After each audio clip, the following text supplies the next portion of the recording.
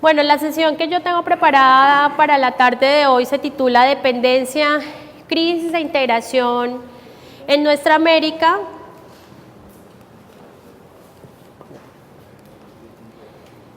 Y les propongo que trabajemos en torno a 5 ideas generales.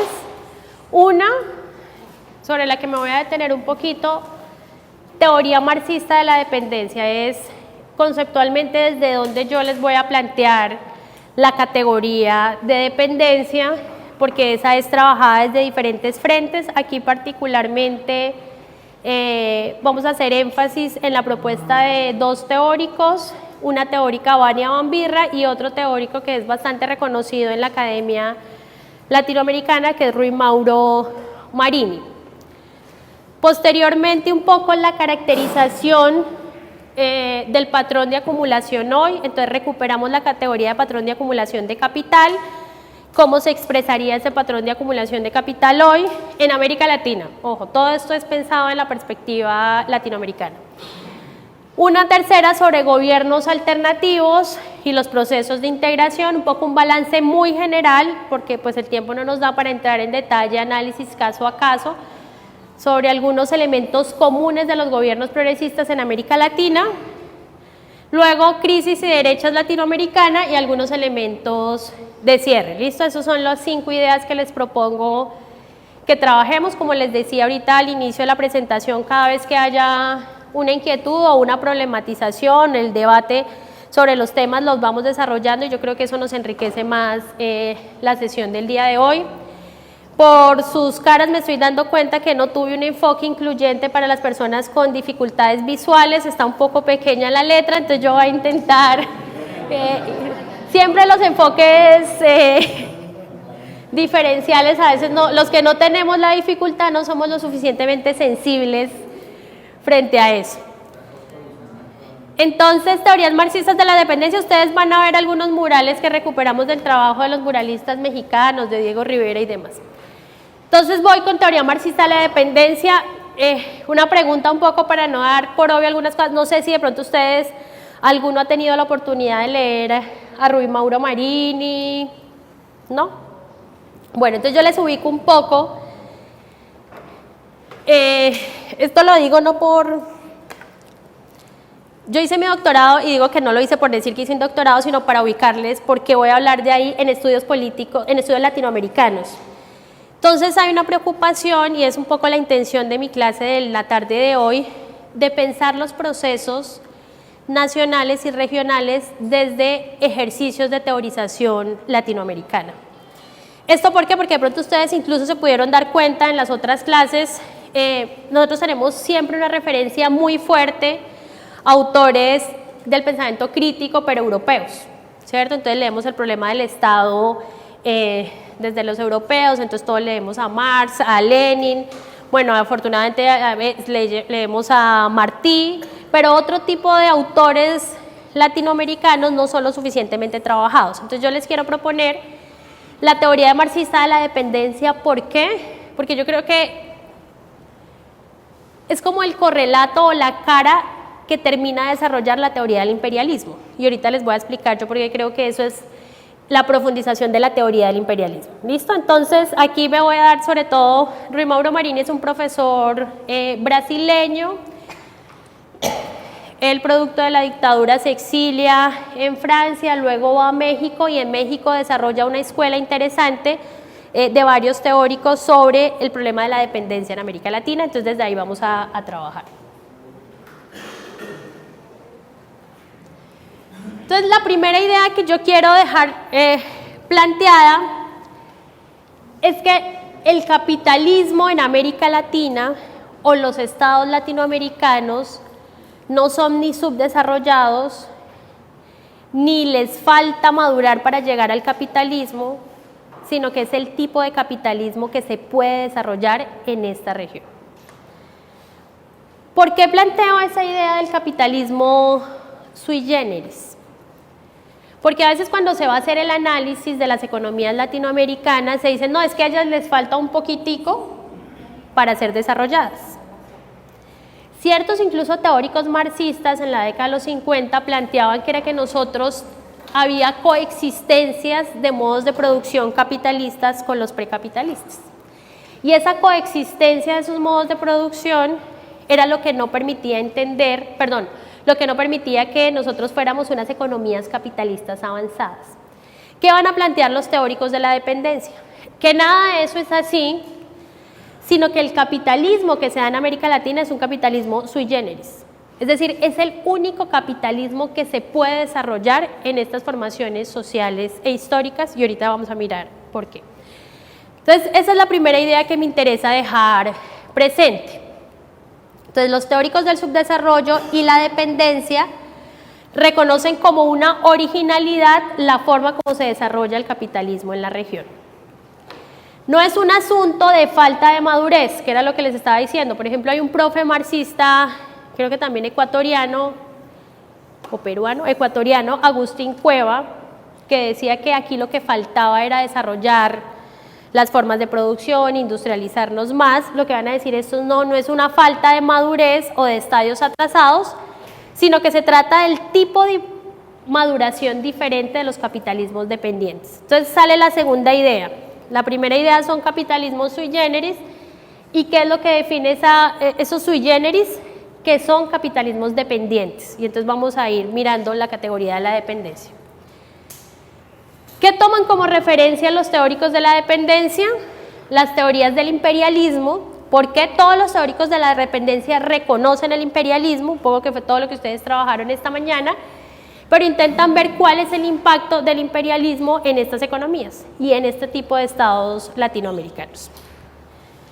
Capitalista monopolista de Estado, que es toda la reflexión que se hace sobre el tipo del capitalismo que se desarrollaba en el mundo entre la década de los 40, los 50, los 60, la revolución china y cubana como dos referentes políticos de la discusión, y todos estaban discutiendo con este autor que escribió un libro, Rostow, que se llama Las etapas del crecimiento económico, un manifiesto anticomunista. Él está discutiendo con Lenin y está diciendo por qué no el comunismo no es un horizonte y no debería ser un propósito estratégico. Entonces, todas estas teorías, las teorías del subdesarrollo, ahorita les explico un poco cuál es la diferencia entre las teorías del subdesarrollo y las de la dependencia, buscan explicaciones atendiendo a factores externos. Por tanto, los problemas escaparían a decisiones locales. Por el contrario, el paradigma de la dependencia conjuga factores externos e internos. ¿Qué quiere decir esto?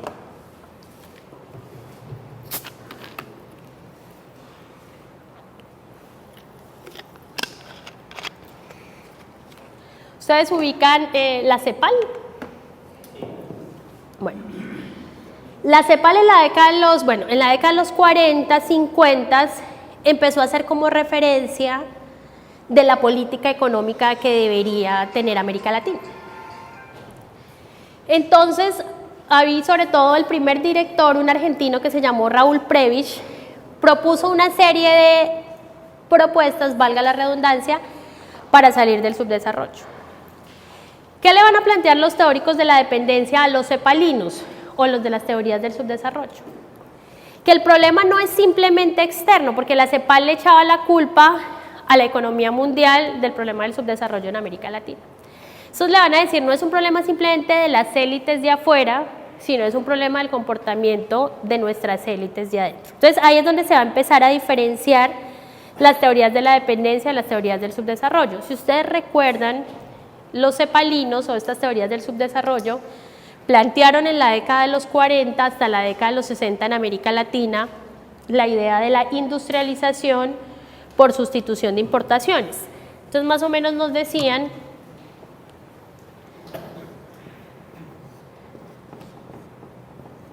que esa era la fórmula para resolver el atraso de las economías latinoamericanas.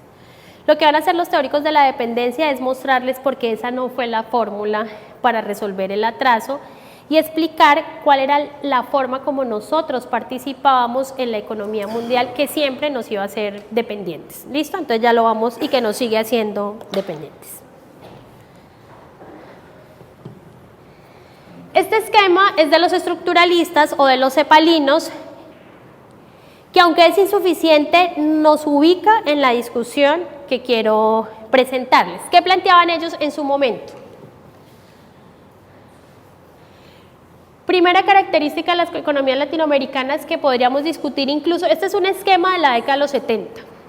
Si el esquema puede seguir siendo útil hoy para explicar lo que pasa en la región.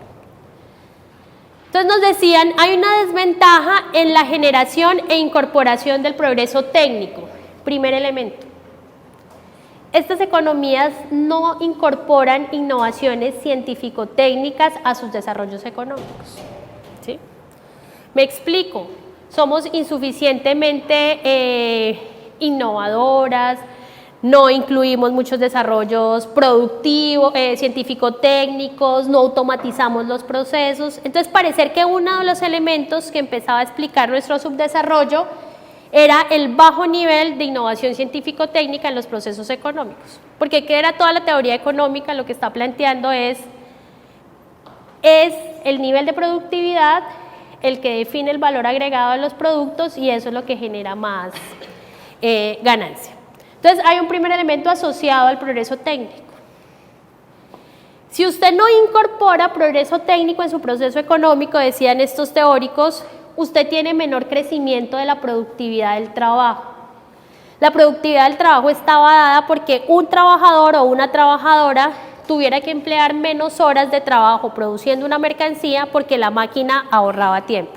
Entonces, cuando usted no tiene innovación científico-técnica, usted no es lo suficientemente productivo. La productividad está dada por eso, por el nivel de innovación científico-técnica. Entonces decían, como no hay incorporación, hay menor crecimiento de la productividad.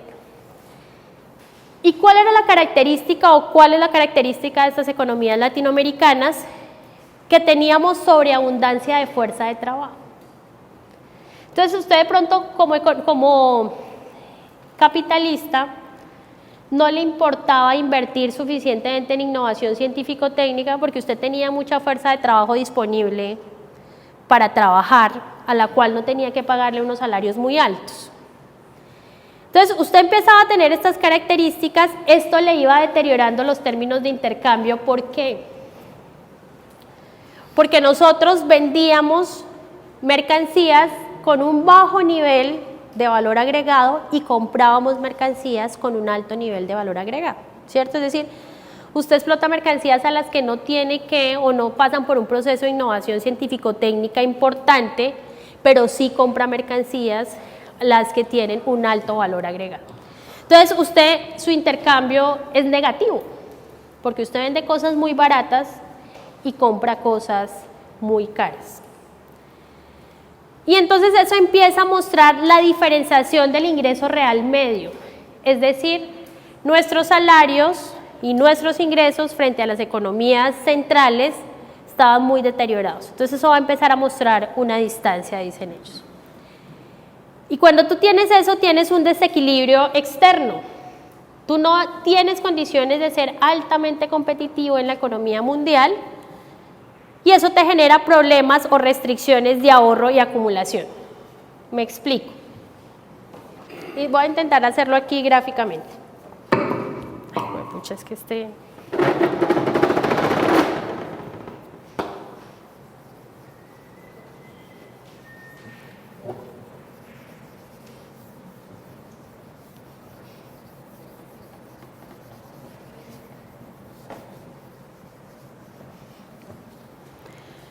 Me estoy deteniendo un poquitico en esto, no para aburrirlas y aburrirlos, sino porque esto es útil incluso para entender lo que está pasando hoy. ¿Cuál era el esquema? Les insisto, hace 40 años. Ustedes tienen un proceso productivo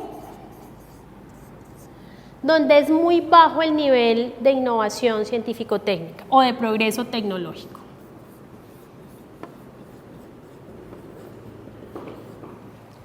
Como usted le invierte poco a esa parte, ¿eso qué quiere decir? Que su nivel de productividad es bajo, porque el nivel de productividad está asociado con el grado de innovación tecnológica que usted tenga en su proceso productivo. Entonces, su nivel de productividad va a la baja, ¿sí? Segundo elemento. Si usted tiene esas dos características, usted necesita tener más fuerza de trabajo. ¿Por qué? Porque lo que puede hacer una máquina Aquí entonces ahorita 10, 20 hombres para que lo hagan. Pero como usted no va a gastar mucha plata en salarios, entonces usted tiene sobreabundancia de fuerza de trabajo, pero es una fuerza de trabajo que es explotada. Y ahorita vamos a mirar por qué. Porque no le van a pagar muy buenos salarios.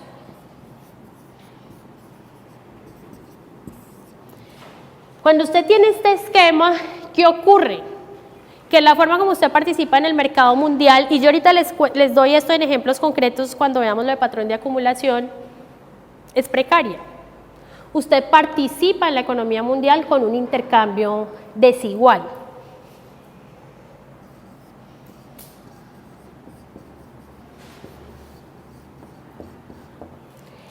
Y si su intercambio es desigual, ¿qué quiere decir?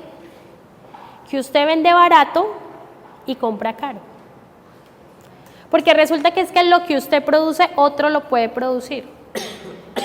No necesita una economía muy robusta para producir bananos o para producir café. Sí necesita una economía robusta para comprar máquinas que hagan máquinas, para comprar máquinas que procesen. ¿Eso qué quiere decir?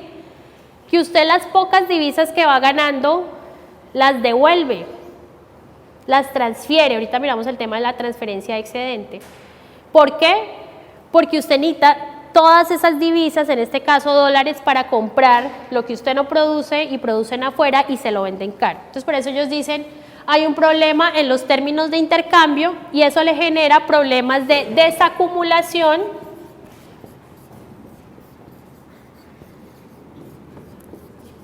y dificultades para el ahorro. ¿Por qué? Porque las divisas que usted recibe por la venta de sus mercancías no las puede reinvertir productivamente en su economía, sino que tiene que utilizarlas para comprarlo de afuera. ¿Sí? Entonces usted no está acumulando capital. O la acumulación de su capital es insuficiente para hacer que su economía crezca significativamente. Ya vamos a mirar esto en términos de los datos en concretos. Entonces, este es el primer mapa del esquema, cómo se comportan las economías latinoamericanas. Con ese mapa, que este era el mapa de los cepalinos, Marini, ¿qué va a decir? Marini va a ampliar esa reflexión para explicar el problema de la dependencia. ¿Usted me ayuda a leer qué dice ahí? Para que no se me... ¿Qué? ¿Tú puedes leer ahí? ¿Alcanzas a leer?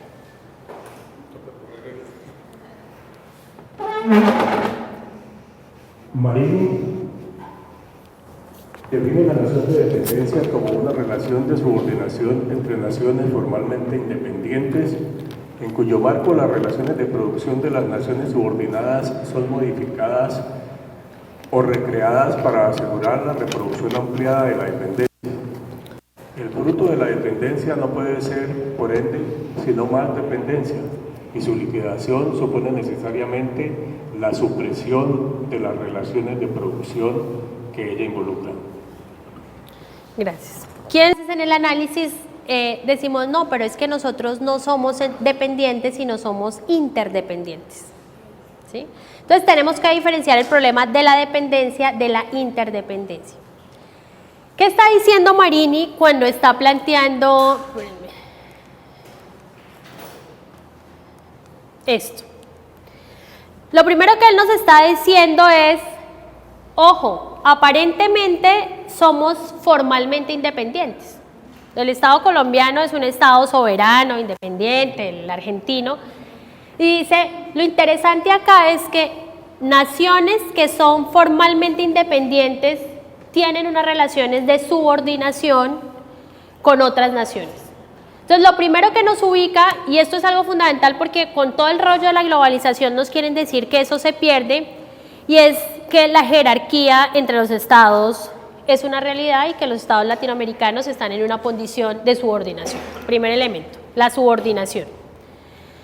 Segundo elemento, la forma como opera la dependencia hace que el ciclo sea imposible de romper, y ya lo vamos a explicar por qué.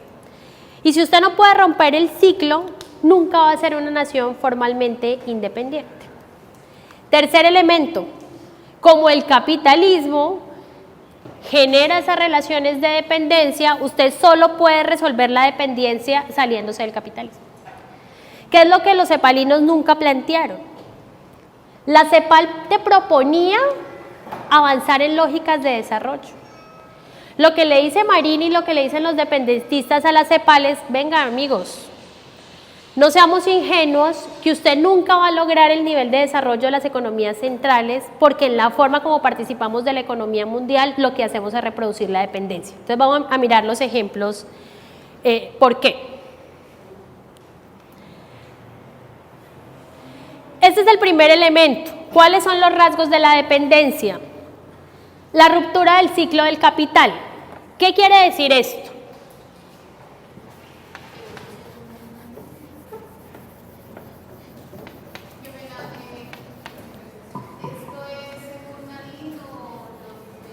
Según Marini. Según Marini, según los teóricos de la dependencia, estos son los rasgos de la dependencia. Vamos a ver uno a uno, a ver eso qué quiere decir. Primer rasgo. Primer rasgo, ruptura del ciclo del capital. Es que esto es para tener, como yo sé que a esta hora es pesado, les da sueño, entonces eso es una estrategia pedagógica para mantenerlos despiertos. Un esfuerzo así visual. ¿No? Bueno, uno siempre está innovando en las prácticas pedagógicas, ya sé que esta de pronto no me funciona. Primer elemento, ruptura del ciclo del capital. ¿Qué estaban diciendo ellos? Básicamente lo que decían era lo siguiente. Como ellos son marxistas, ubicaban el ciclo y decían, usted tiene un dinero con el cual compra unas materias primas y paga una fuerza de trabajo. Ese ciclo de producción en el que usted invierte, estos son mercancías. Después de que pasan por el ciclo, por el proceso de producción, le salen una mercancía diferente, una mercancía prima. Entonces usted tiene el proceso de producción. Luego usted tiene que realizar esa mercancía. Entonces, el proceso de circulación y de realización de la mercancía para el retorno del D' lo realiza por fuera. Me explico. Pensemos en las economías latinoamericanas, década de los 50, década de los 80. Pensemos en la economía colombiana. ¿Cuál era su principal generador de divisas? El café. Entonces, ¿qué decía Marini? Usted acá tiene unos insumos, tiene tierra, tiene semillas, tiene fertilizantes, paga a unos trabajadores, saca el café para la venta, pero resulta que no nos íbamos a tomar todo ese café que nosotros producíamos. Nosotros necesitábamos venderlo, sacarlo a la economía mundial. Para vender el grueso del café que producíamos, que no se consumía, o sea, nosotros no realizamos autónomamente la mercancía, nosotros necesitábamos de la economía mundial. ¿Eso qué quiere decir? Que dependíamos para completar el ciclo del capital de un externo. Y entonces estábamos ya subordinados a la forma como se comportaría esa economía mundial. ¿Eso qué quiere decir? Que nosotros ni siquiera teníamos la capacidad de poner el precio del café, de nuestra mercancía, sino que el precio se estaba jugando por fuera. Entonces tú dependías de lo que pasara afuera. Por eso es que para los caficultores era tan importante, y para la Federación Nacional de Cafeteros, todo el respaldo del Estado, porque podía con subsidios, podía ayudar a darles unos márgenes de respiro ante unos productores que no dependían de ellos, sino dependían de afuera. Y como dependías de afuera, tu ciclo estaba amarrado al comportamiento de esos mercados externos, es decir, tú eras dependiente. Tú no podías realizar internamente todos tus productos. Sí, lo que yo entiendo es que, o sea, ¿en qué país no pasa eso? En las economías centrales. Porque la mercancía, o sea, uno siempre, una de las características es que se produce para otro.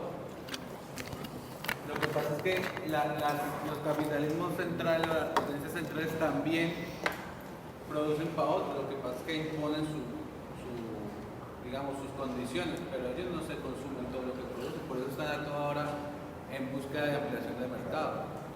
Eso es, perdón. Usted habla de pasado, dependía. Y ese fenómeno no se está dando actualmente, todavía no hay dependencia. Allá es lo que vamos a ir entonces. Esto es lo que nos decía Marini en los 70, y entonces con eso que nos decía Marini en los 70 vamos a mirar la pregunta que hacía aquí el compañero, y con lo que viene a continuación vamos a responder la pregunta que hacía el compañero. ¿Qué le respondería Marini en 1975 aquí a mi amigo Jacobo? Le diría, mira Jacobo, ¿qué producían los estadounidenses o qué producían los alemanes? Ellos producían, por ejemplo, carros, computadores, y el grueso de su mercado en las primeras mitades, las primeras hasta la década de los 70 del siglo XX eran ellos mismos. Hasta antes de la crisis del capitalismo del 73, los países centrales se consumían ellos mismos el grueso de sus productos. Primer elemento. Eso no quiere decir... 1973. ¿Cómo? 1973. Hasta la crisis del 70, me voy a detener un momentico ahí. Desde 1930 a 1970 se habla que en las economías centrales el régimen de acumulación era el fordismo, ¿cierto? Es decir, un régimen que producía sobre todo la industria, o sea, el grueso de las ganancias que generaban la acumulación de capital venía de la producción industrial, de la producción de mercancías, con unos altos, no como ahorita, pero tenían unos niveles de innovación científico-técnica, ¿cierto? Y la producción en masa. Esas sociedades, el grueso de sus mercancías las consumían entre ellos, no todas, pero el grueso de sus mercancías la consumían entre ellos, primero. Segundo, en todo caso tenían otros mercados, como lo está señalando Jacobo, que no podían producir eso que ellas producían. Es decir, un grupo muy chiquitico de países, que son las economías centrales, producen lo que el resto de la economía mundial no podía producir. En cambio, café, si no lo producía Colombia, no lo vendía Brasil, lo vendía Costa Rica, lo vendía, es decir, usted no tenía, pero ahorita lo vamos a ver con unos mapas, esa capacidad de decir, yo no le vendo café y el otro yo no le vendo carros. Ahí la relación es bastante desigual.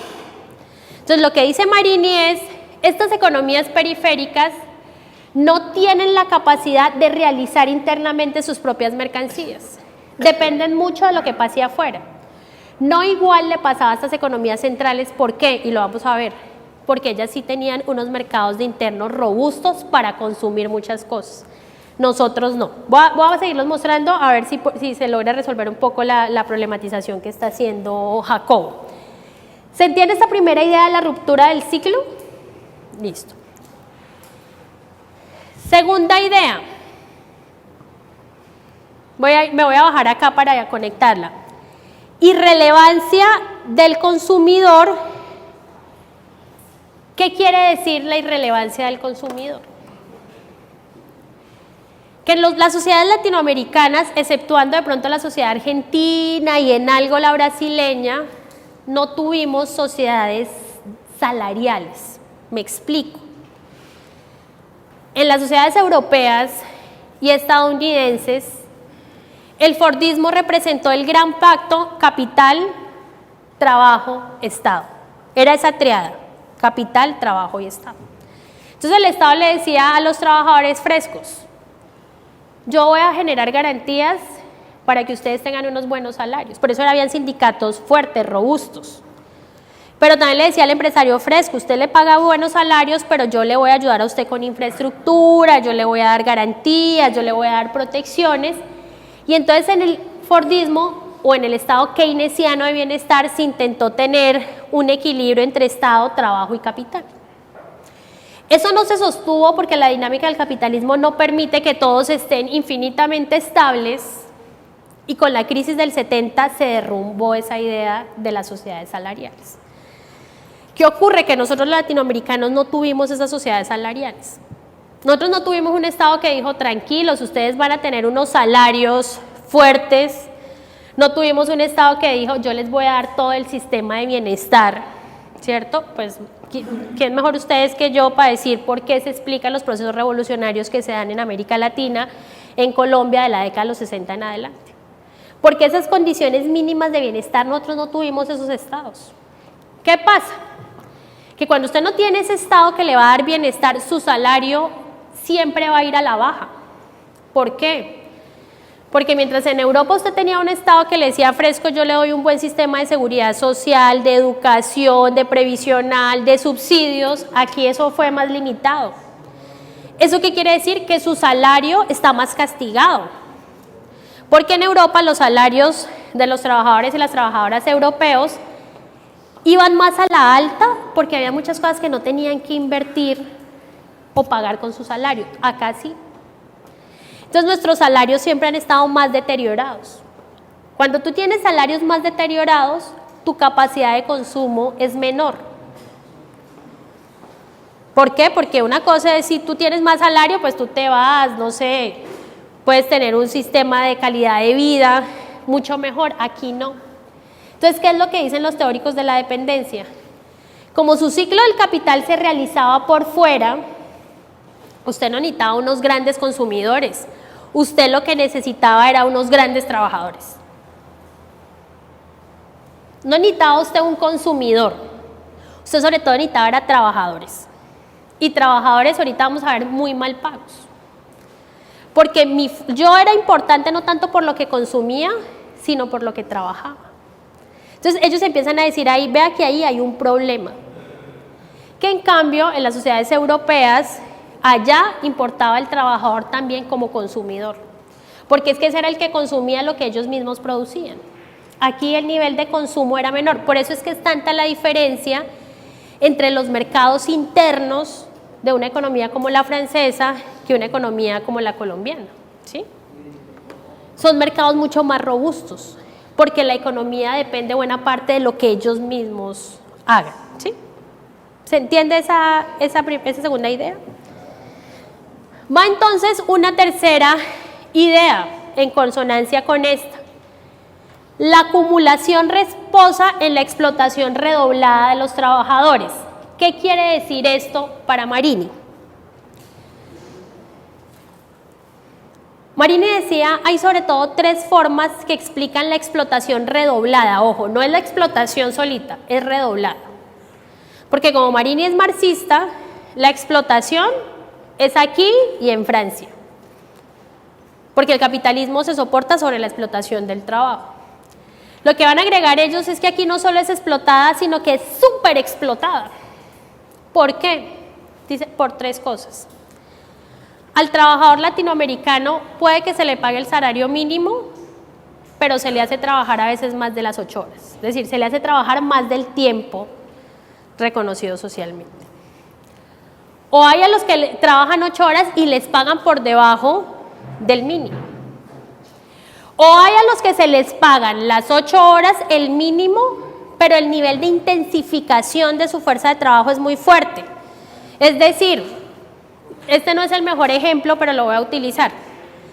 Digamos que a un cortero de caña le dicen, todo bien, yo le voy a pagar su mínimo, usted trabaja las 8 horas, pero me trae tanta carga en las 8 horas.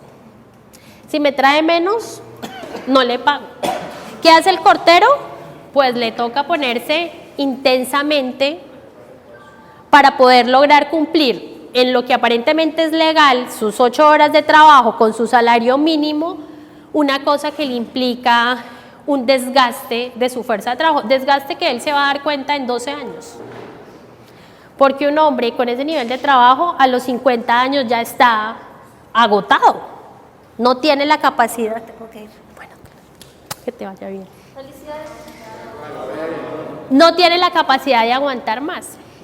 Entonces lo que dice Marini es, a los trabajadores latinoamericanos los superexplotan.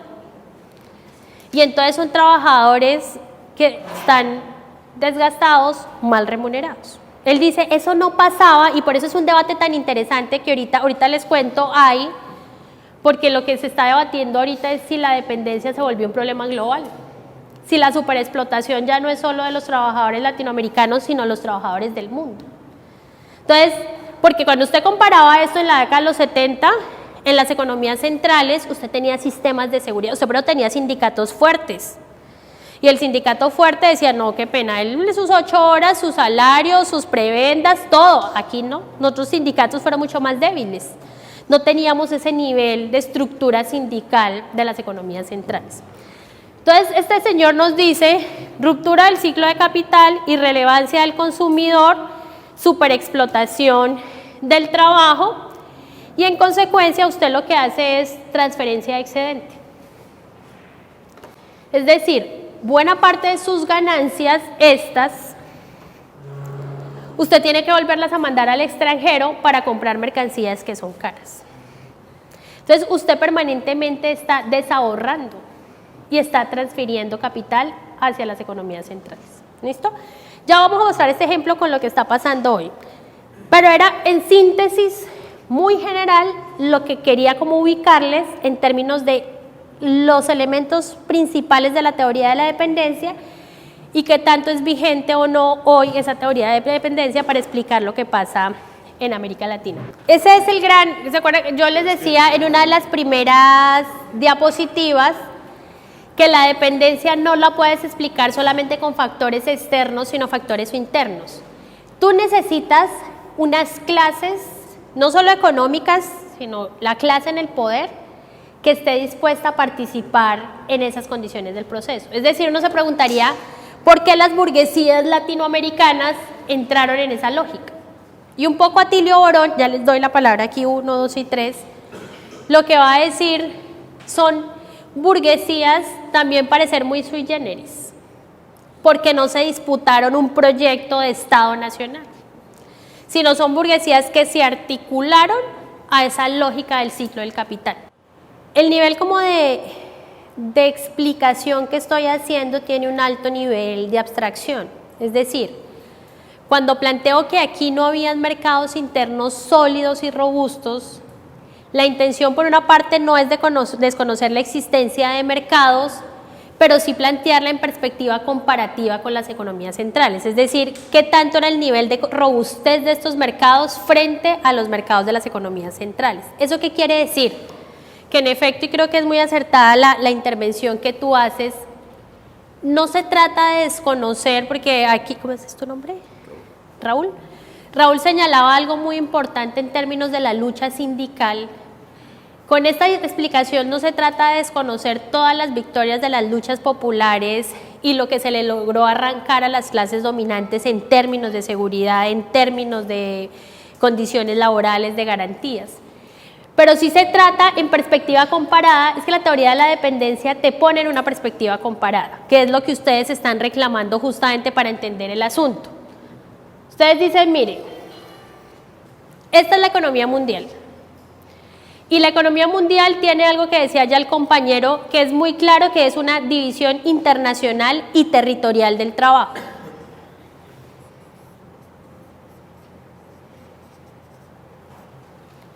Los geógrafos dirían, esa división internacional del trabajo se expresa en algo que ellos denominan desarrollos geográficos desiguales. Ellos dicen, los territorios son desigualmente desarrollados en el planeta.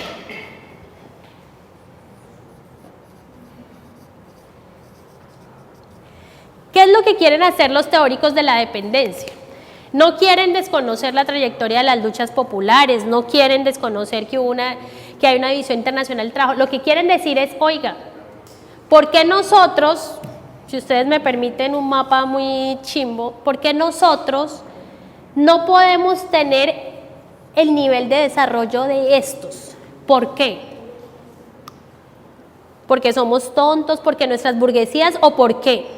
Entonces lo que ellos están diciendo es, oiga, es que desde que nosotros entramos a la economía mundial, que como acertadamente lo decía aquí el compañero, nosotros entramos con el desencuentro, lo que algunos llaman la conquista de América. Ahí nosotros entramos al mercado mundial, pero entramos en condiciones de subordinación.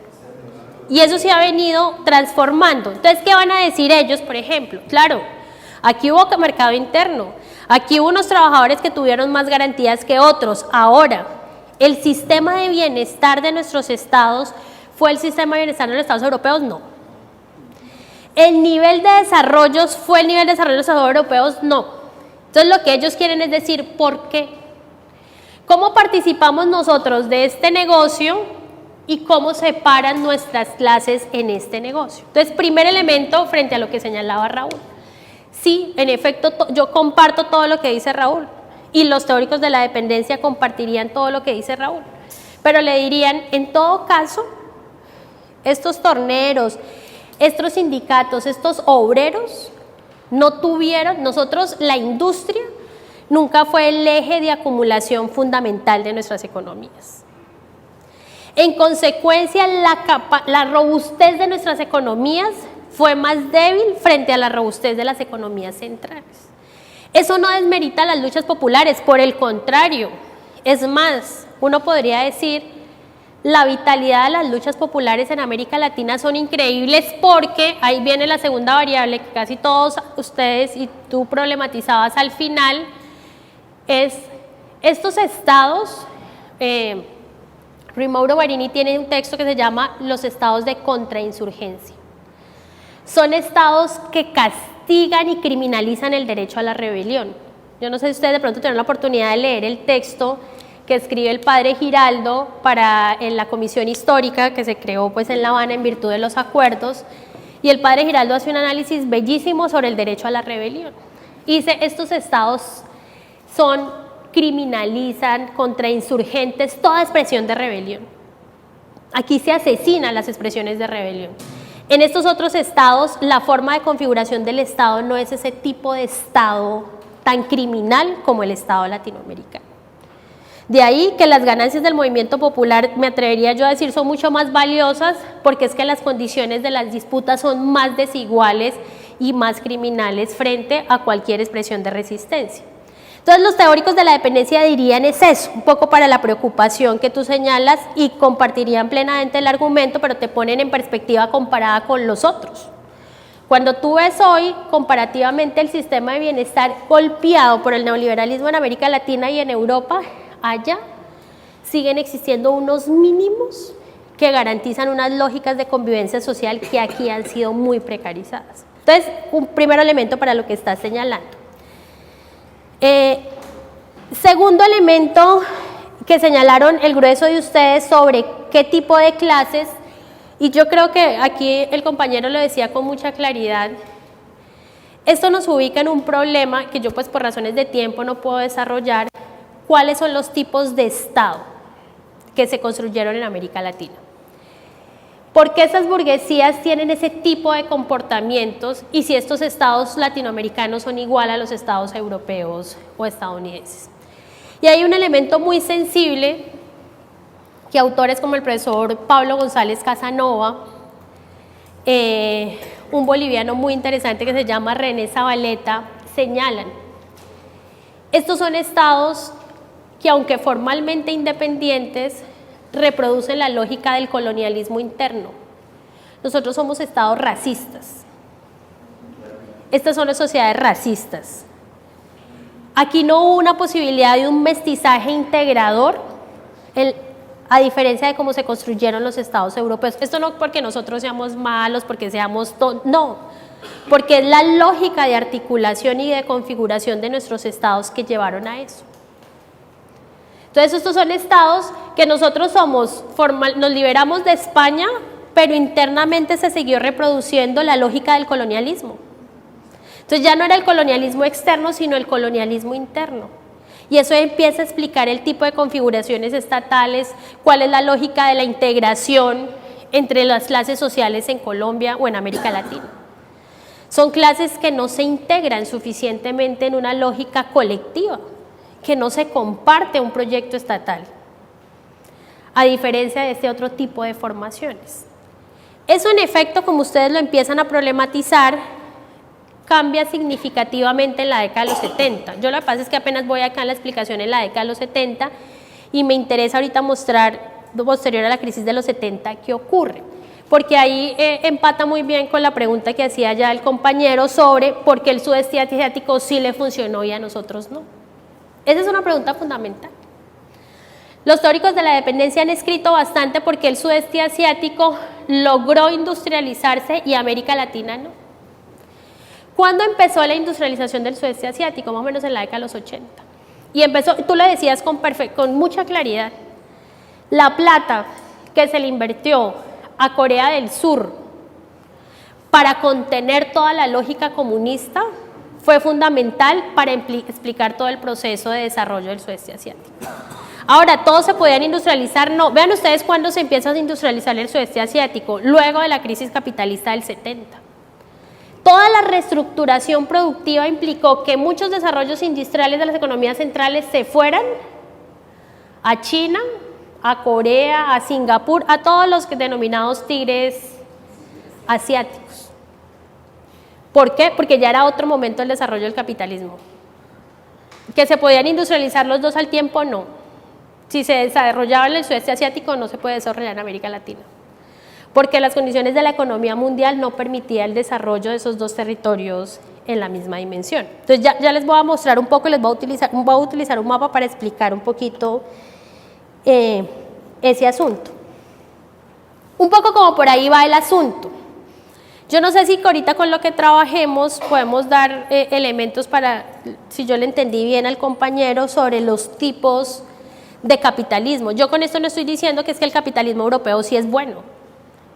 Aquí fundamentalmente la tesis de la dependencia, ¿qué es? Que el problema no es solo las economías dependientes, es que las economías centrales necesitan que el ciclo se desarrolle de esa manera. ¿Por qué? Porque esta transferencia de excedentes es fundamental para los procesos de acumulación en las economías centrales. O sea, es que en algún lado se está acumulando más. Y las economías centrales acumulan suficientemente con la transferencia de excedentes de las economías periféricas, y ahorita ya lo vamos a ver por qué. ¿Listo? Dejo un poquito, o sea, en esta primera parte de las preguntas entramos a lo del patrón de acumulación hoy para ver si desde ahí nos damos más elementos para ver la utilidad o no de la teoría de la dependencia, porque me parece muy interesante como la problematización que surge al debate, pero me interesa decir, bueno, entonces la categoría de dependencia no es útil. En efecto, comparto como ustedes lo decían y como tú lo señalabas con mucha claridad. Yo intenté hacer una presentación del esquema de lo que implicaba la ruptura del ciclo, de lo que implicaba la reproducción, la forma de la explotación del trabajo, para empezar a identificar unos rasgos de los capitalismos latinoamericanos. No para mostrar que el mapa es plano, sino para mirar los elementos centrales que ordenan el proceso de la economía política en la región. ¿Sí? Vamos ahí, continúo y lo que no quede lo seguimos desarrollando. Bueno.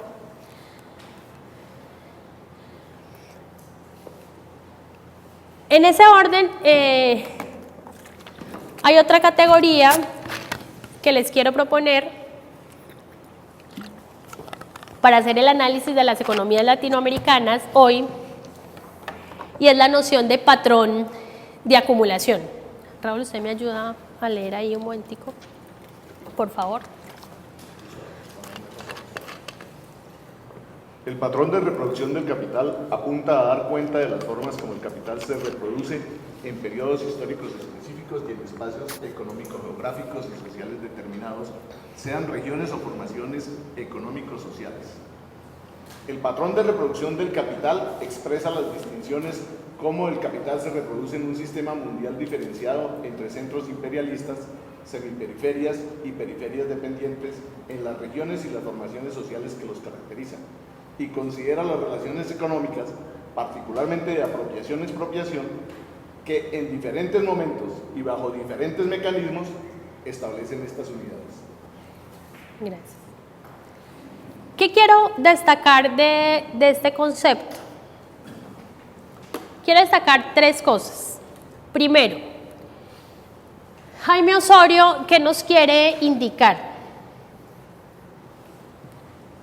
para la idea de los capitalismos buenos o los malos que planteaba ya el compañero? Primero, a través de la historia, el capitalismo se comporta de manera diferente. Durante el siglo XX, uno por lo menos podría identificar tres tipos de cambios fundamentales en la dinámica del capitalismo. Uno hasta la década de los 30 del siglo XX, otro desde la década de los 30 hasta la década de los 70 y otro de la década de los 70 al 2008. Década de finales del siglo XIX, posterior a la Primera Guerra Mundial, algo que algunos denominan los estados liberales o el capitalismo taylorista. Del 30 a los 70, los que algunos denominan los estados keynesianos de bienestar o los capitalismos fordistas. Del 70 a nuestros días, unos que denominan el estado neoliberal y que otros llaman del capitalismo posfordista y demás. Entonces, primer elemento, el capitalismo no siempre, como sistema social, no como una cosa, no siempre se comporta de la misma manera. Es decir, va mudando. Segundo elemento, no funciona y no se organiza estrictamente igual en los centros que en las periferias. Es importante recuperar esta idea de centros y periferias porque el discurso de la globalización intenta decirnos que ya no existen centros y ya no existen periferias. Estos autores nos siguen insistiendo, existen centros y existen periferias. Y lo que nos interesa es un poco ahorita indagar cómo funciona o cómo se reproduce el capitalismo latinoamericano de la década de los 80 ahora. ¿Listo? Entonces, el concepto de patrón de acumulación le indica es cómo se reproduce el capitalismo en un periodo histórico específico y en un contexto geográfico particular. ¿Sí? Entonces, ese es el concepto. Entonces, acá les quiero, ahorita quiero mostrarles este mapa, ya ahorita lo vemos, porque lo que nos interesa indicar acá es el comportamiento de las economías latinoamericanas, década de los 80, década de los 90 y lo que va del siglo XXI. Entonces me voy a volver y les muestro el mapa y con el mapa cerramos y entramos ya a la caracterización. Económicas de la Universidad Nacional Autónoma de México. ¿Ellos qué han venido haciendo? Ellos intentan hacer una explicación de cómo se comporta la geopolítica mundial atendiendo a las características territoriales. Entonces yo me voy a centrar ahorita en América Latina y entonces el mapa va a empezar a mostrarnos los recursos naturales estratégicos que hay en el mundo y desde ahí vamos a ver entonces la centralidad de lo latinoamericano.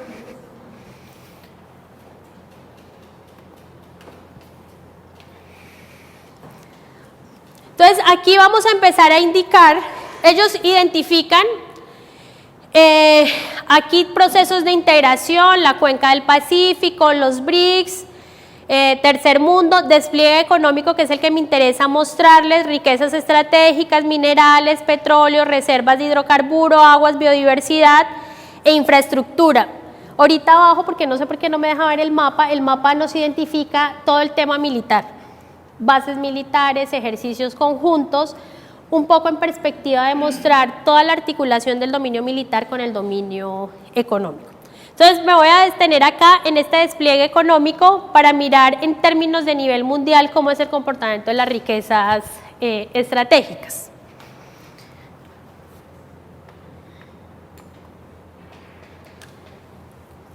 Entonces voy señalando, es que como me toca ir y volver. Entonces, minerales, ¿listo?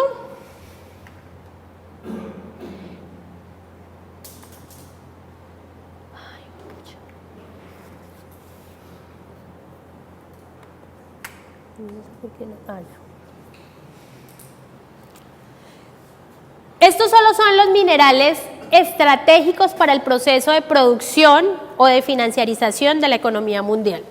Entonces, ustedes van a ir haciendo la reconstrucción de dónde es que empiezan a ubicar los territorios con mayor riqueza de minerales estratégicos.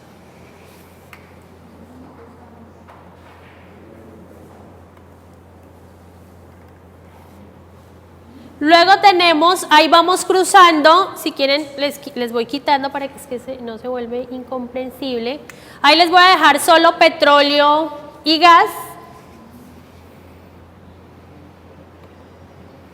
Este es el mapa de petróleo, vea que este es muy interesante por todo el tema de la cuenca venezolana, Brasil, que tiene los segundos yacimientos más importantes, y en efecto toda la riqueza petrolera en el Medio Oriente.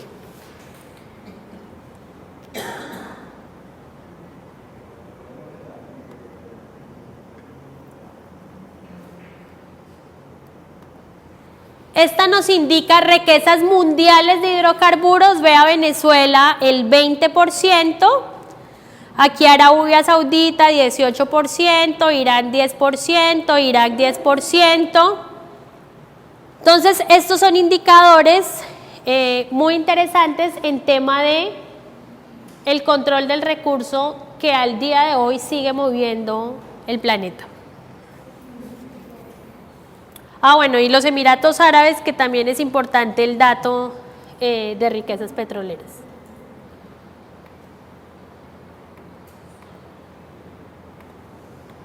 Agua, esta es otra variable fundamental. Aquí incluye acuíferos y la riqueza por la centralidad que tiene el agua, no solamente en términos de reproducción de la vida, sino como la fuente fundamental para movimiento de industria, como medio de transporte. Yo ahorita les cruzo todas las capas, es que si las dejo de una vez se vuelve incomprensible el mapa.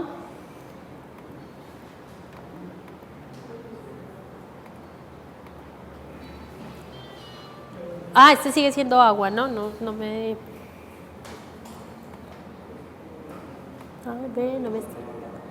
está señalando biodiversidad. Bueno, países megadiversos. ¿Cómo? Sí.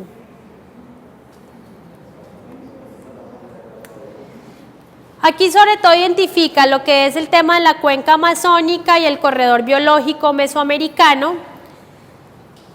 Tengo un problema porque el mapa no me está dejando ver lo militar. Entonces les voy a... Mire, este es el mapa.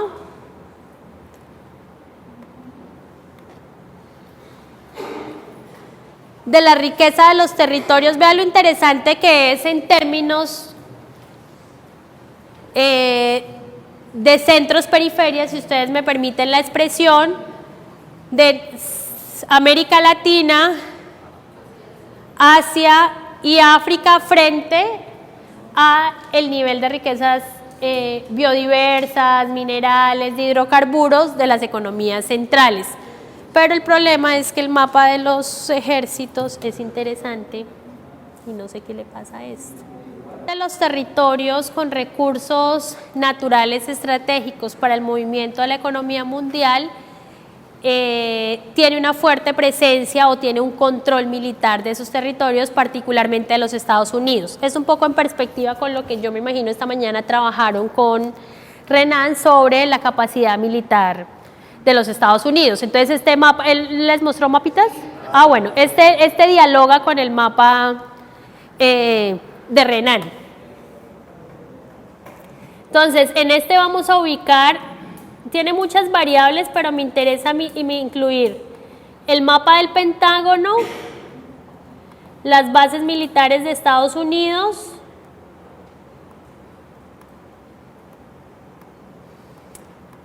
las fuerzas de paz de la ONU, que son los cascos azules. Ellos trabajan como el mapa de intervención del Pentágono. Miren que en ese momento estaba Brasil por fuera del cordón o del corredor sanitario que ellos determinan. Aquí nos ubican los números en función de las bases militares que tienen los Estados Unidos alrededor del mundo. Y luego está la misión de la ONU, que es todo el tema de los cascos azules. Poco cuando se cruza toda esta presencia militar estadounidense con los recursos naturales estratégicos, ustedes ven que en efecto hay una coincidencia total de las capas geográficas de presencia. Lo que pasa es que si yo les voy a dejar solo las bases y les quito el resto, si no el mapa se vuelve muy difícil de leer. Esas estratégicas, despliegue económico con bases militares estadounidenses, para que ustedes puedan identificar ahí la coincidencia. ¿Listo? El mapa tiene mucha información, ustedes lo pueden descargar de internet. Yo ahorita les doy la dirección para los que tengan interés de tener acceso al mapa, porque didácticamente ayuda bastante. A mí un poco lo que me interesaba dejar planteado ahorita para poder hacer el cierre de esta primera parte es y visualicemos espacialmente las riquezas naturales estratégicas, y ahorita miramos eso, qué incidencia tiene en la forma como se comportan las economías latinoamericanas, antes de entrar, para ahí sí posteriormente poder entrar a hacer un análisis de los gobiernos progresistas. ¿Listo? Hasta aquí, preguntas, comentarios, dudas, inquietudes. Entonces cerremos, quedémonos con esta imagen del mapa y llegamos a trabajar el comportamiento de la economía latinoamericana década de los 90, siglo XXI, para hacer la conexión con la teoría de la dependencia.